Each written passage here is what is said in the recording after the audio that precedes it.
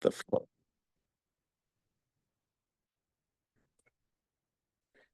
So I can't use it as an excuse for too much. Because then you have us, Jewish mothers. We worry. I know. What happens? But it is a gift to give you a certain amount of worry, because a certain amount of worry is almost necessary for a Jewish mother, but it's the I extra should have said that to my mother. Up until this certain level of worry, it's actually a gift. Aha. I'll have to remember that. So what time did Dara get in? Her flight left the gate at 11:04. Actually took off at about 11:20, between 11:20 and 11:25. She texted me at 3:15 our time that she had just gotten in the house. Wow. Okay. Which would have been 1:15 her time, so hopefully she got a couple of hours of sleep. Yep. Did she have a delayed flight? Yes. United Airlines had a catastrophe. All their tech went down at about 5 o'clock our time and didn't come back till 8 o'clock, which was when her flight was supposed to leave. And then they got all kinds of backlogs and problems because of the technical, whatever it was, technical problems. Everything went down. So they couldn't take off, they couldn't land, they couldn't do anything. They just sat in airports.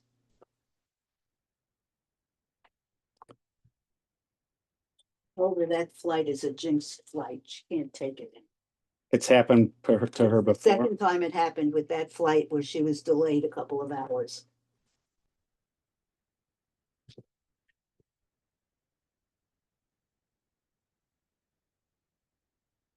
I keep saying, take the early morning flight. They have the least amount of problems. The earliest flight, but then you have to get up like 3 in. But yeah. Okay, so last week I have to leave this up so I can see if she comes in. So last week we were talking about the earth, the connection between murder and the earth. For some reason, they are, like with Cain, God says, the blood of your brother cries up from the earth. Here it says, do not defile the earth that you are sitting on, because I dwell in it. I'm the Lord your God. So there was a lot of stuff about the earth. So this was at the end of chapter 35. Right.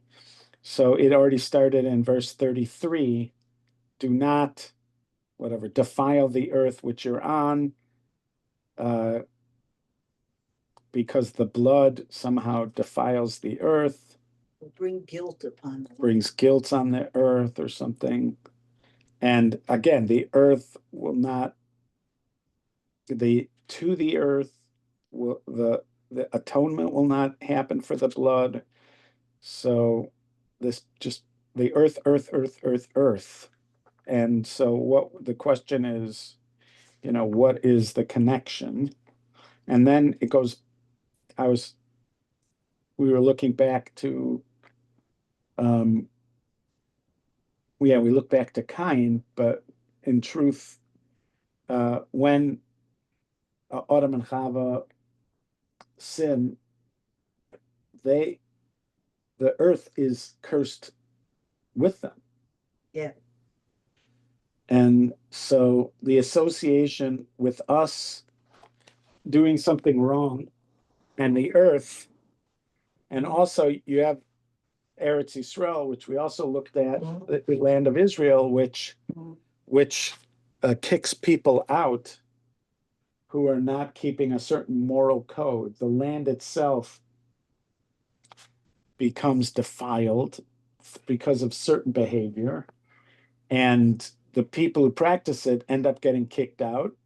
And so the seven nations, that's the explanation, like in Vayikra and Leviticus, in Achremos and Kedoshim, those Torah portions where God says that they're being kicked out for this kind of behavior. Don't you do this kind of behavior, because, and it's like, it's the language is that the land will vomit you out, almost like vomit you out. So it's, but so it could, it's there is some connection between humans and the earth, and especially Eretz Yisrael, when it comes to not just murder, but a broader category of negative behavior. But there's something special about the blood and the earth, that the blood cries out and demands some kind of atonement. And that the way to get the atonement is to kill the killer. So, so if this person kills on purpose, that's what we do. You know, our courts are supposed to do that.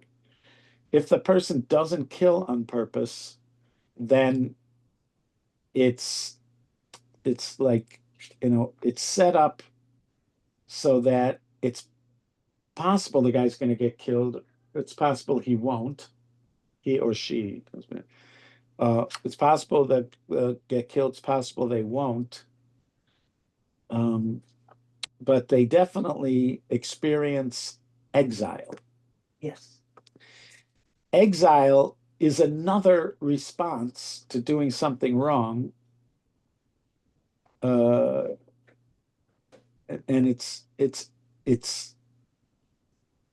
exile is the earth like spitting you out or something. So that happens again in Akremos and Kedoshim, but it also happens in Bereshit when Adam and Chava are kicked out of Eden, of Gan Eden.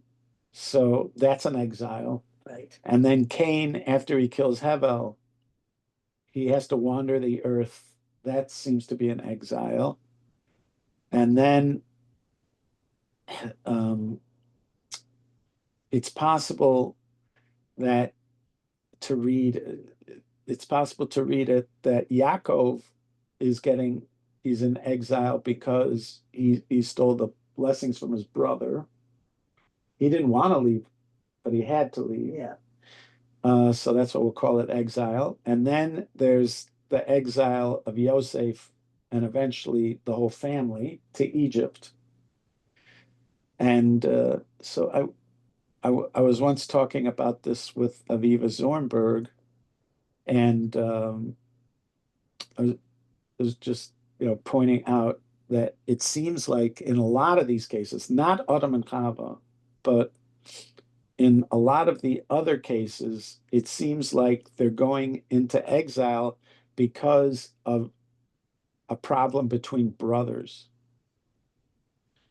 So this would Cain and Hevel is brothers, and then Yaakov and Esav is brothers, and Yosef and his brothers is brothers. Um, the ones that aren't brothers are Adam and Chava getting thrown out of the garden. Those aren't brothers. Also being kicked out of the land for that kind of behavior. Most of it, a lot of the behavior that was being discussed were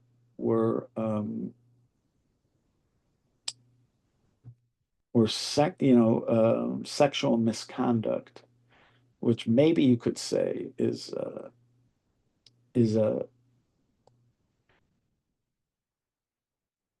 also about brothers or whatever, brothers and sisters. Maybe you could say that. You could stretch that. It doesn't seem like it at first blush, but maybe you could.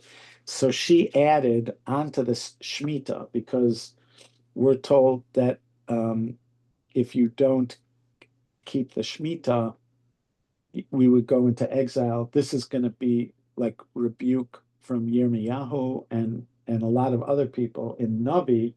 1 year for every Shemitah you didn't keep of exile. And so she suggested that Shemitah, the sabbatical year, is also a violation of the relationship of brothers because a part of Shemitah is the amnesty of loans. And so if you violate, so Shemitah itself has a significant component that's not about the land, but it's about brothers again. And so she was suggesting that it could be that element that that is part of the reason why exile is connected to the sabbatical. Yeah, so you've got all those instances where the land is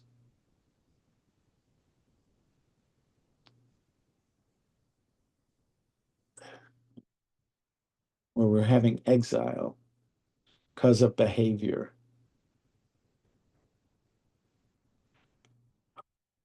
Yeah. So they're not exactly the same, but there's something going on there. So in the Maybe it past, all stems from the fact that man is from the land. right. And we've talked about that in the past that since that we are not just on the land. In some ways, we are the land. Right. In other words, we never stop being land. We might be the combination of heaven and earth, as it says in chapter 2 of Bereshis, Ele toldos shamayim va'aretz. These are the product of heaven and earth. So human beings are said to be, because we have our soul, we're made up of the spiritual side and the physical side. So we are heaven and earth, but we never stop being earth. Right. So when when if we do something wrong, it it it's not just us, but it's the earth that's getting impacted.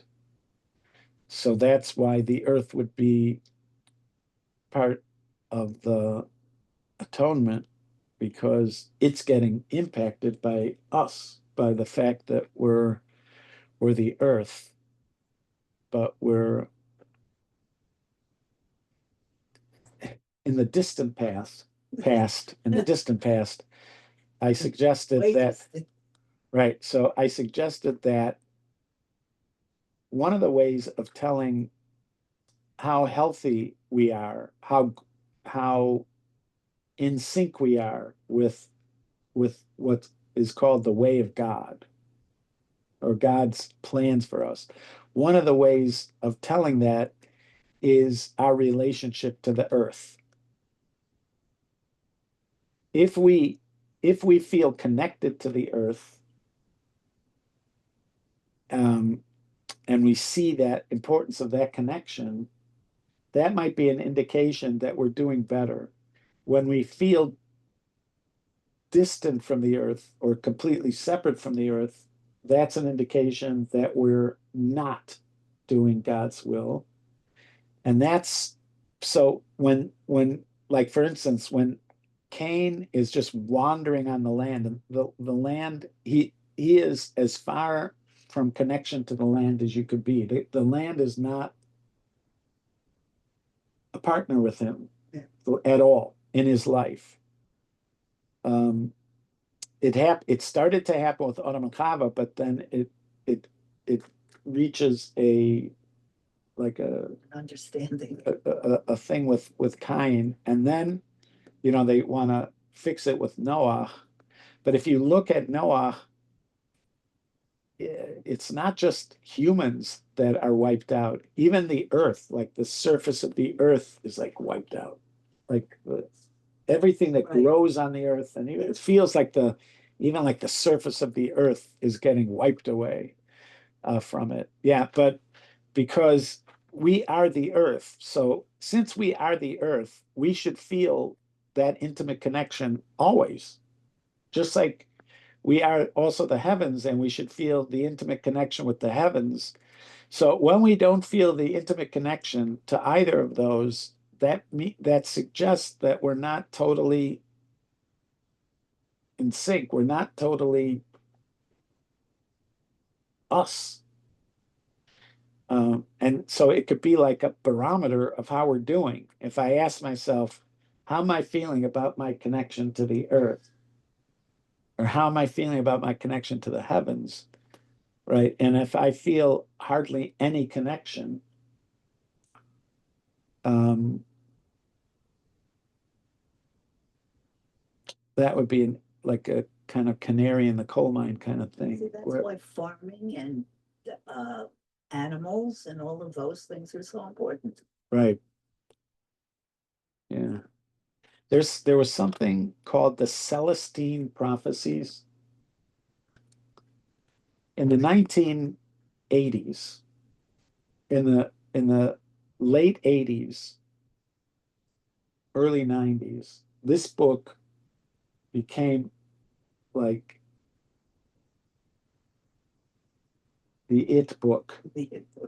It was being like, so it was sold like hotcakes, and it was being passed around, from person to person in a what we'll call the sort of new age culture of of the United States. And so it was passed to me when I was teaching at Or Sameach as a very important book. It was written poorly. It's not a well written book, but it has a compelling story, um, that some guy has found the this prophecy, um, somewhere, and like I think it's in Peru, somewhere in South America. I think he finds this ancient artifacts with this written on it, and what it is it's a series of um, practices that a person can do in order to actualize themselves, to fully actualize themselves. There's more to it than that, but that's essentially it. And so it has like several steps that you're supposed to take. So one of them is the that we need a certain amount of connection to plants and trees. If we don't have that connection to plants and trees, we we lose some of our energy. In other words, we can be Oh, man, tremendously get out in that garden. drained. Right. So, but a connection doesn't have to mean that you're actually like planting them or tending them, but it means that you spend time amongst them.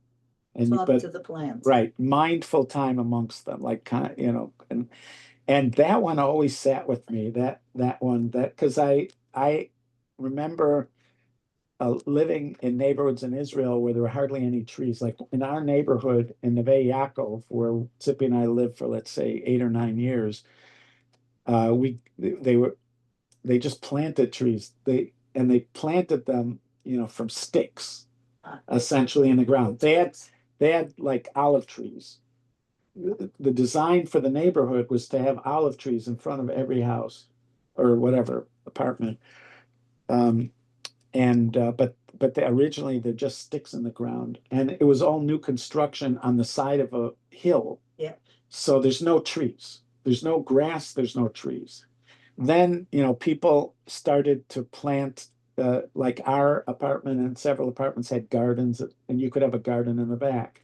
It took several years for those gardens Of course. to grow, and it took quite a few years for the trees to grow. And during that time, anytime I saw somebody who lived in a place where they had grass, or if I was in a forest, it was just like, wow, I needed this. I really Needed to felt see it. that grass. Yeah, I needed to just be there. So there was a part of me that uh, felt like they're onto something with with this thing about our need for at least Communicating with the land. and to somehow being in contact with it. Again, doesn't necessarily mean being a farmer, but at least to be in contact with it. Um, Well, on the larger scale, don't the plants and everything provide us with the oxygen and then they take carbohydrate? I mean, on the huge scale, we can't live without them, I yes, think. That's right. nice. I like that very much. In other words, They feed us, we can't live without it. in fact, Right.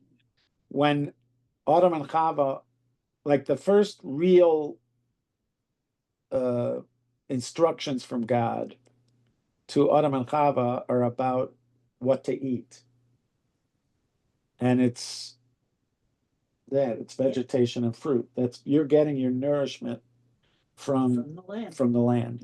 And that's the assumption. You're going to get all your nourishment from the land.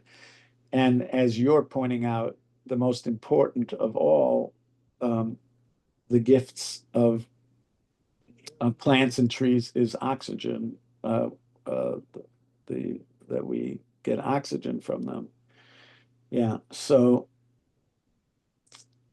there is this. We have this connection, but we're not consciously mind. We're not typically, when I say we in general, I Yeah. mean people in general. There are many people that Don't are. make the most of it. Right. We're not even like, am I really conscious of it? No. I and of the connection. Like when people talk about the environment and what we're doing to the environment, it sounds like we're not the environment. Somehow we're not the environment. But we are. Right. But we're connected to it. Eventually, we're told that the rain falling is going to be dependent on our behavior. If we're good, then the rains will, if we follow God's word, what was called the way of God, walk in the way of God, the rains will come in their proper times and we'll have big harvests. And if we're not, then the rains, We're gonna starve. right, the rains won't come. And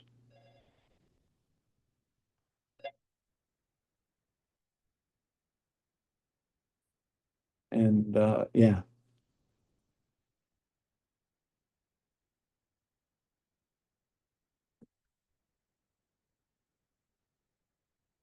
but for some reason, murder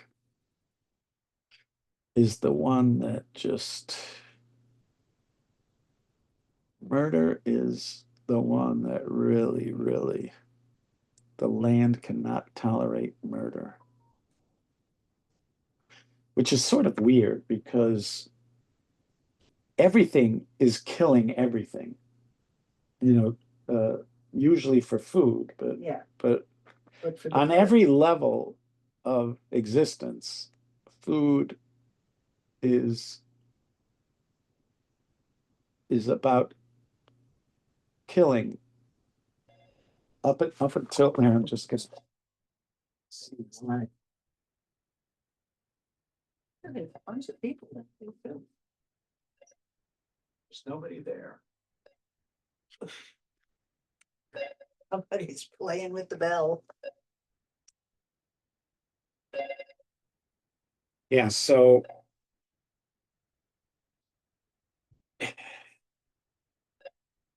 not like when I say every level, like vegetables and grasses may not, but I guess weeds do, but they're not doing it for, well, maybe they are. They may be taking nutrients so they can live. So maybe even you could say it in the vegetative world, but certainly in the animal world. Like we once had a meditative retreat, TLC. We did a day long meditative retreat at a farm in Kenosha. It was Gotti and Janet Cohen's farm. And we spent the day out there. So we did a meditative walk.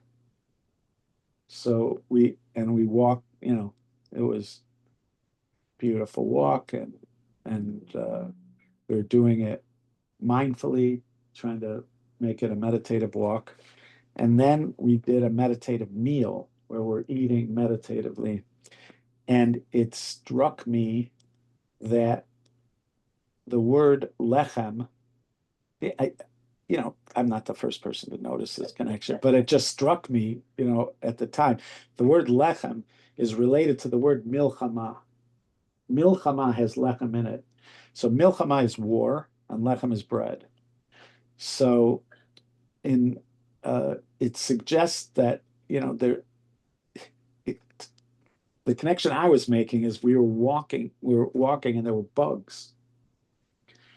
And there was wildlife. And for some reason, the thought entered my head that all of this wildlife is in danger of being eaten, except for me. Yeah. From the wildlife, but everything else is in danger of being eaten. And it's happening like at every level, at the level of bugs, at the level of birds, at the level of And if you but were near water, rabbits, a whale could have come up and eaten you. or alligators in Florida. There You get warned. They have those signs. Yep. Anytime you're near a body of water in Florida, they are warning you about possibility that there's an alligator in that water. But so it just like when we eat and we eat meat. So when we eat meat, we're killing in order to eat. Now that wasn't the original design. The original design was not that we weren't going to do that, but we do. But yeah, so even like just the system of how things eat requires one thing killing another. So for some reason, that's acceptable on the animal level, but it's not acceptable on the human level. The lion is not going to be punished for eating Right. the The zebra. lion wouldn't be punished if he ate you either. Right. And there are people that don't want, even there are people, zookeepers. There was some at the biblical zoo in Jerusalem, there was somebody was eaten because they went into an enclosure of another animal, which they weren't supposed to do, and the animal ate them. So there's been like this strong response from the zookeepers that the animal should not be put to death because it did it, but because it was just being an animal. Now we do put the animal to death. Halakhically, we put an animal to death if it killed a person. Then that seems to be because the animal walking around is like a reminder that a person was killed. And so Yeah, well, we do that too. I mean, if a dog mauls right, we a put child or a person, we put them to sleep. right, And bears, they do it in Yosemite. If a bear right, kills somebody, they go out and find the bear and kill it. That's because once it ate a person, it's dangerous. yes, because then it's looking to do it again. Right. But so it's completely acceptable that that goes on lower, what we'll call the lower tier of life. But for some reason, when it gets to our tier, it's not acceptable. And we Because are we're made in his image and but he created a world where it's very natural that but it's not things kill natural each other for for a person food. to kill another person. Right. That's a distinction Yeah. that's made. Do In you fact, think that before in the garden that the animals ate each other? I mean, if there was a whole different thing, I wonder if that wasn't true in the garden. I, although, I do know, like at Noah, when it becomes permissible for us to eat animals, right, so maybe. they do say that the animals themselves became corrupted, not just people. And that Uh, the animals, that's why animals were wiped out. It wasn't just us that became corrupted, it was also the animals. you wonder in the garden if it was supposed if the plan was for us not to eat animals, what were the animals there for? For man to watch over them? I mean, So it it says, gave man something to do. I mean, well, David Foreman,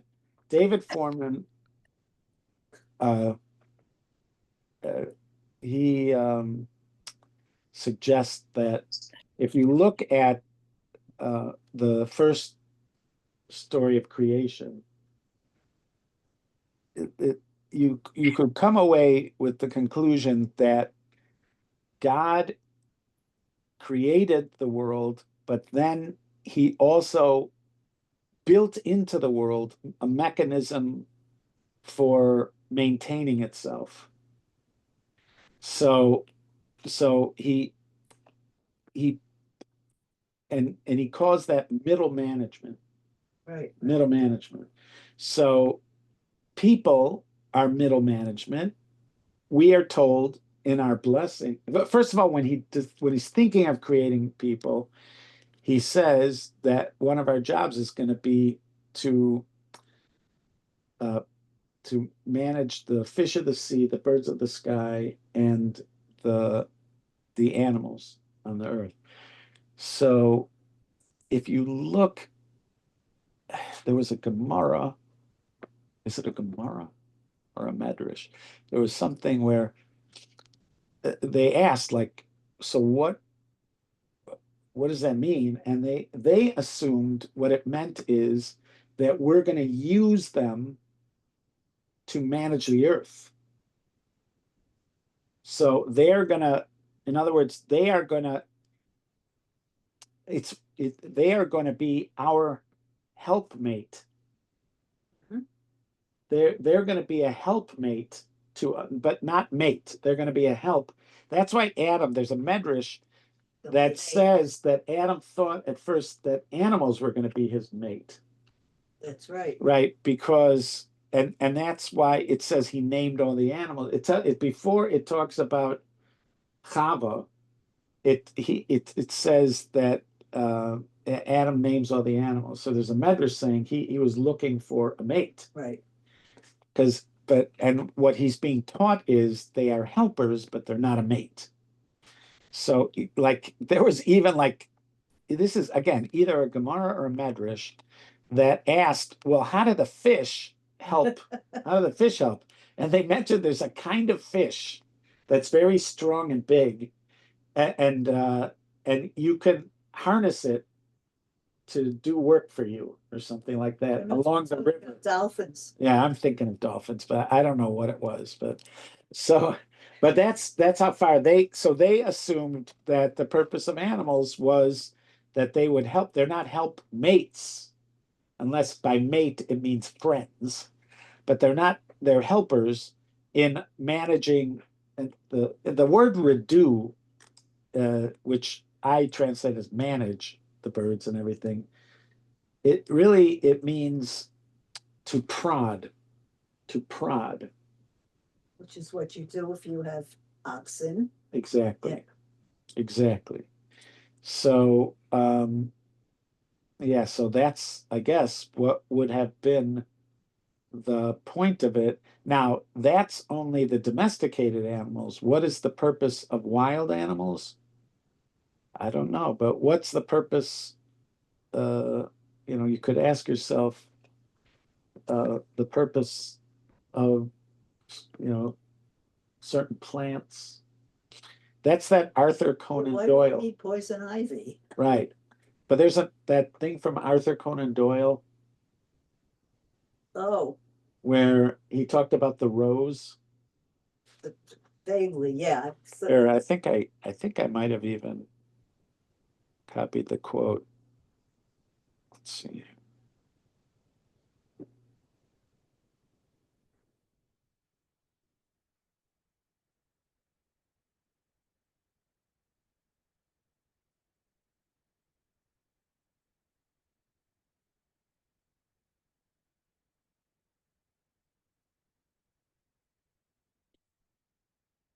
Yeah, it's somewhere, but I'll just look it up.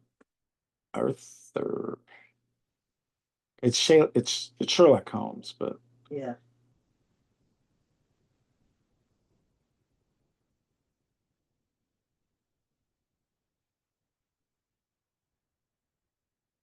the rose.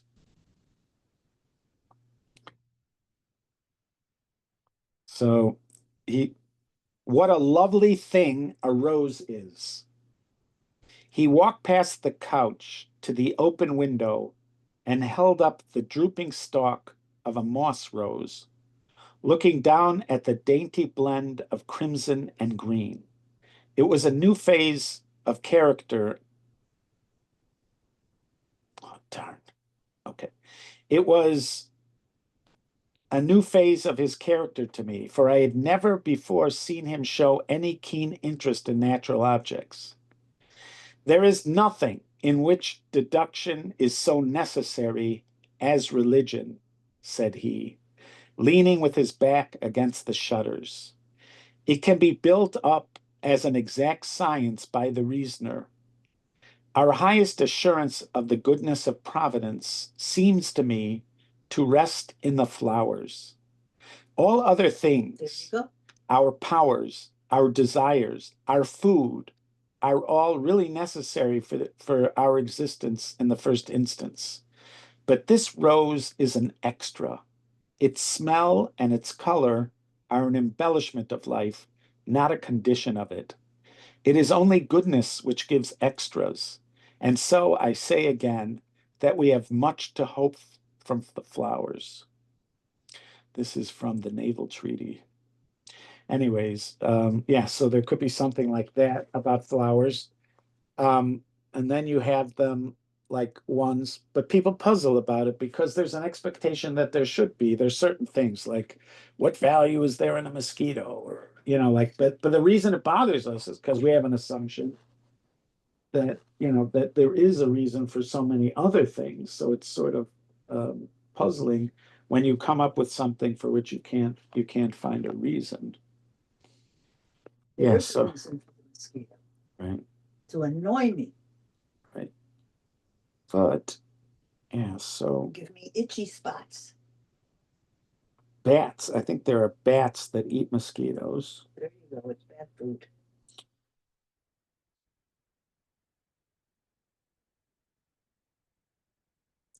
Even those cicadas, the annoying cicadas, they're food for so many other creatures.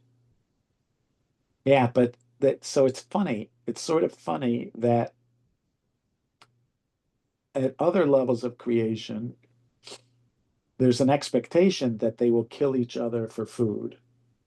Except when Lois is asking if that would have been true in the best case scenario, there is that teaching that the lion will lie down with the lamb. So, but the Rambam says that does not mean that lions won't kill to eat. It's a metaphor. It's talking about nations. Because Shmuel, he quotes Shmuel as saying that the nature is not going to change when Mashiach comes. But so according to the Rambam, it doesn't look like he thinks that the ideal is that animals do not eat each other, but it could be there are others who do who think that. But so it could be that it's not the ultimate design, that things eat each other. But let's So say he that, sees that as a metaphor for peace, a yeah, lion and yes, lamb. yeah, Oh, oh, okay. that's what he says. Um, uh, I think it's in the codes when he's talking about in the laws of kings and wars, when it talks about Mashiach. I think it's over there where he says that it's metaphor You know for what's the people. interesting about that quote? I don't remember ever reading that about the rose, but Yeah, the idea, however, is that we find the rose so beautiful. The rose in itself might not be. Do you see what I? yeah. Yeah, And that, by the way, we do that too. When we look for meaning, it's from our perspective. Right, Right. It's like what would be the reason for this? It's all from our perspective.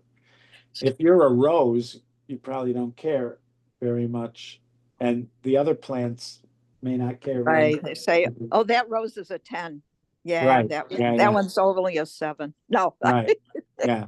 So that I wonder if there's any indication of a recognition of beauty in the animal kingdom. Not because there definitely, when it comes to mating rituals, there are colorful birds, let's say, that are using their color to attract a mate. yeah, like isn't it the pheasant? The male pheasant is the one with the big The what do you call it? The peacock. peacock, right? The male, yeah, but it's like this with many birds, like the cardinal. The really red cardinal is the Right. male, the not so red one is the female. It's also true with fish. And so, but that doesn't mean they recognize it as beauty. They're just They attracted to just it. see, Right, oh, this attracted is to it. the male or this Right. is the female. It's just attracting them. But I wonder if there's any way to tell if, like, there was a guy who wrote this book. It was really a compelling book about his how he and his dog um, climbed every one of the 4,000-foot mountains Wow. in like New Hampshire and Maine. There's like I forgot how many. There's like 25 or 30 of these 4,000-foot mountains, and you can just climb them in a few hours. Yeah. And so he he brought this dog with him, and they'd get to the top, and they'd just sit at the top together, and the dog would just not tire about just looking at the vista. That's what it felt like to him. Yeah. That's That the dog was taking in the vista. Yeah. So I wonder, there must be people who've done that study, if the notion of beauty uh, would exist on the animal level of animals. I think it does. How about angels? Do you think angels Hmm. do you think angels care about beauty? I think to angels, everything is beautiful, supposedly. I don't know.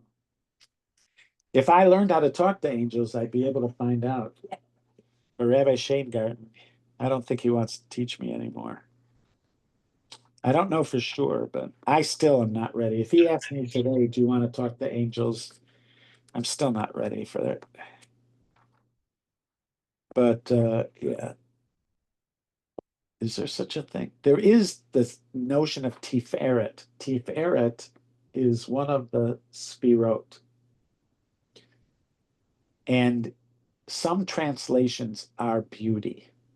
But Tiferet, the energy of Tiferet, or what that Spira, which is one of the spiritual elements of creation, there are some translations that it means beauty.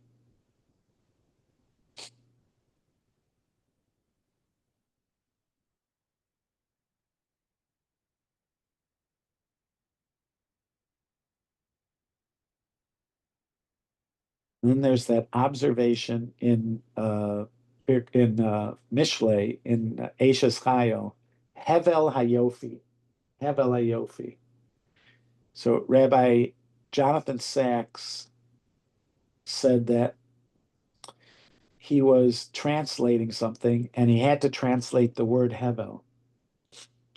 And so he spent a lot of time thinking of how he's going to translate it. It could mean breath. It could mean vanity. That's how it's usually translated, like it's vanity. But he said that if you look at the usage and you really think about its specific meaning as breath, that what he concluded is that it means transient. Like a breath when it's cold, like you briefly see it, it's transient. And what he was lamenting is things don't last. Nothing lasts. That's what really bothers him. You could make a big building, it's not going to last. You could gather wealth and wisdom, it's not going to last. And it's also one of the characteristics of beauty. That's the observation of Mishlei, that it doesn't, it doesn't last. And it's, usually it's women actors who suffer from this more than men actors. But, there's that period of maybe 25 years that they're going to get. And, and if a part of their appeal is their beauty, it's rare, Sophia Loren, it's rare that they're still Gorgeous. working on their, living off their beauty in their 70s. But for the most part, it's what you would call, it's fleeting. But even men have it too, but it's just more pronounced, and certainly spoken of more Emphasized by women, especially amongst actors. They speak about it, that it's so rare to transition into that next stage. Well, so there is the transient nature of beauty. But it is a quality. It is a quality that may be built into the structure of things. And that may be part of what other things provide. But then, like you're saying, it would only be to us, unless we can demonstrate that there's a kind of beauty that other things, like a fox, would just stop and marvel at something. Is it possible that there's something a fox just stops? But it's usually something that they think they're going to pounce on and eat. Right. So that's not this. That's not this. Is there something where it sees it and it just pauses to take it in? It somehow gets pleasure from it. Just all right. reflect on it. So this all started with a meditation on murder, a meditation on murder, and why the earth is so tied up in murder. And all right, so next week we'll focus on chapter 36. Okay. And that is the end of the book of Bamidbar, chapter 36. So we're getting there. Good. We're getting to the book of Deuteronomy. Much more to go. All right. I thank you. Thank you. Thank Be you. well, Lois. Okay. Be well, guys. See you. All right. Anybody have questions? I got